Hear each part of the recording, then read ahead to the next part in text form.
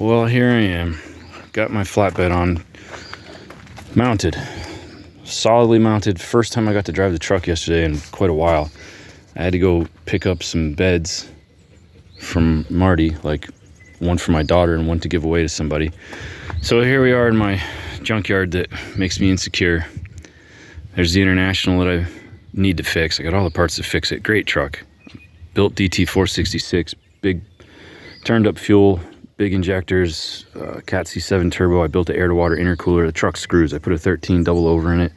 This is that hydraulic tail ramp truck we just got. There's the skidder truck.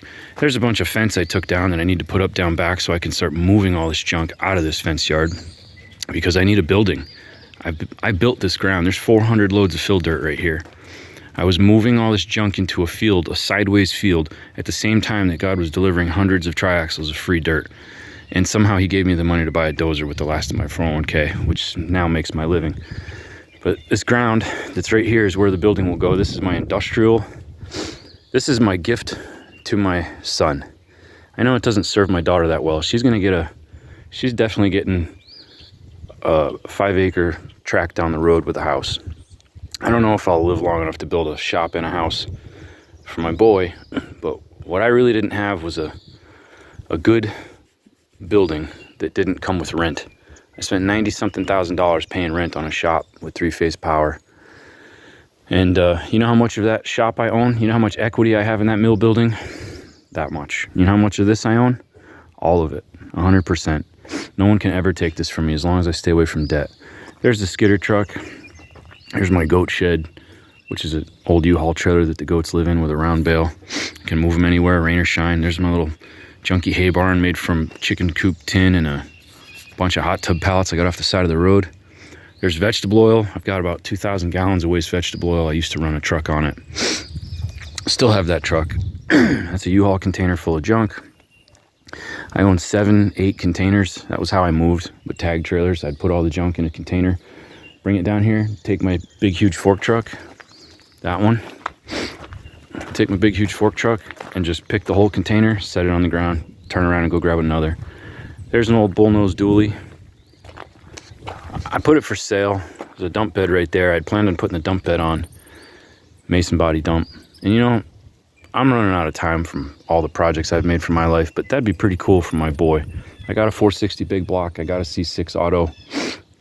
I got the radiator, all the accessories. There's no motor in that, but it's got a good title. And I think when my son is at the do nothing pot smoking stage of life, that's what I'm gonna make him do. We'll put a hot motor in that truck and he'll go burn the tires off of it. You can do all the burnouts and donuts you want up and down this road all day long. And the only 2 kids that were raised on this road that turned into productive adults that didn't go die from fentanyl yet, literally there's only one left. There's only one guy left on this road that's in his 30s, maybe early 40, that hasn't died yet from fentanyl. He will. I mean, he's an addict. He will. But the 2 kids that made it, that grew up here and stayed out of dope, I called them Ricky Bobby. They'd be doing 80 miles an hour up and down this road. Yeah, it drives you a little nuts, but if you want kids to be quiet, they'll go shoot up or they'll play video games and they won't fund your Social Security. Now this machine is probably one of the best purchases of my life. Same guy I got the dozer from. He's one of my best friends here. He's one of my longest friends. I met him on Craigslist 1,000 miles away. 2 phone calls, got to know each other. He said, you know, you sound a lot like me where I was. And he knew I wanted to get my kids out of a atheistic state and into a godly place to raise them. And he said, I want to help you. I told him, you know, I'm going to take a 401k loan, but I can't take it till October. I'll give you every penny of your asking price, which was, I mean, I paid $4,000 for it. It was a song and dance. But he said, if you're serious, I'll hold it for you. So a total stranger took this thing off the internet, waited 6 months. I came as soon as I could. I paid him the cash. I left the machine at his place for like 2 years because he might as well use it, you know. He might as well use it in his business. What good was it sitting out in the field for people to strip stuff off of it? So I left it at his place for like 2 years. When I finally moved down here, he put a new battery in it. He paid to have a lowboy move it, drop it off. And it's got a Detroit 353. I own 2 Detroits, one in my knuckle boom and one in this. I don't know a dang thing about them because they just keep running. I'm not going to learn about them until they break. So back to this truck bed. What I did, because I'm going to be mounting a crane right here, I felt like I needed a lot of attachment, because when that crane is swung all the way out here picking a stone, because I'm engaging in a monument stone setting business, signing a contract with my partner. I don't want to say partner. I don't want to say boss. I don't want to say partner. Friend. Dear friend. Marty, I love you. So the crane's got to go here, and I needed to make sure that the cross members were solid enough that they weren't going to fold and sag down, and that the other side of the bed wasn't going to flip up. So I've got this thing, and I actually can also add additional mounting to this brace. So these are 3-inch C-channels that I bought from Bob that I got the dozer and the forklift from. So I bought a pile of C-channels from Bob. This is exactly what I needed. And I've welded an angle bracket here with a 1/2-inch bolt here, obviously one on the other side too. I can do it to this side if needed. Then you can see over there and right here, I've got a pinch bolt right through the frame. Gooseneck is boxed on all 4 sides. It's definitely not going nowhere.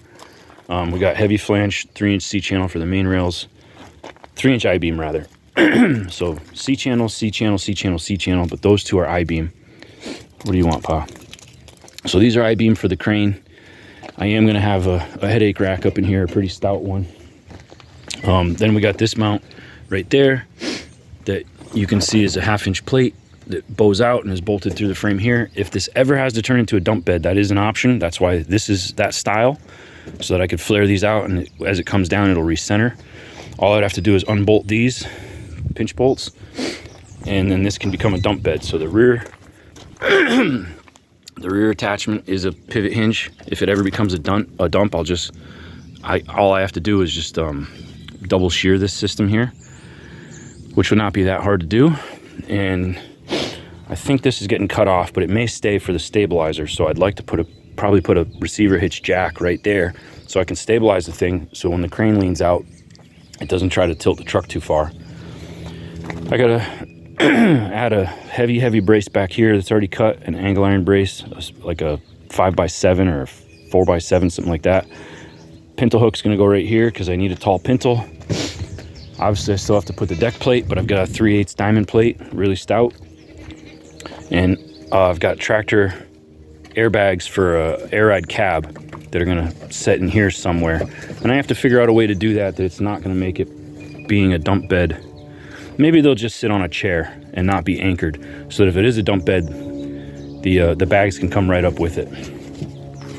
Meanwhile, I just brought them beds home, and I had to put cardboard down so the beds wouldn't get gross, but now these goats want to eat all the cardboard. Lesson learned. You let goats roam around, anywhere they find cardboard, they're going to knock all your stuff over, they're going to poop on everything, they're going to scatter everything you own to pull that cardboard box that they have access to apart. They go eat some grass, then they eat some cardboard. And it's just ridiculous. Well, I think that's enough for today. YouTube forces you to continually have new content, or they just put you in the back burner. And you know, the pressure to make high quality videos one after another, it's too time consuming for not being paid. So instead, just be a normal person and be vulnerable about your life. And yeah, it's so easy to connect to normal people. So why should I make everything into a production where I'm not myself anymore? This is my normal life. I'm probably not the person that a lot of people think I am, and my only qualification for giving people advice on their lives is that I've messed up every single facet of my own life, and it hurt, and I don't want to see others do it to their own lives. I don't want to see people recreate the same mistakes I did. I think I'm gonna go ride my mountain bike. It's a nice day. I think I should go take off through the woods and go a couple miles, come out a couple miles back on the road. There's a wicked hill I don't want to have to pedal up, but I probably should anyway. So that's what I'm gonna do. See you guys. Love you. Praise the Lord. God bless you.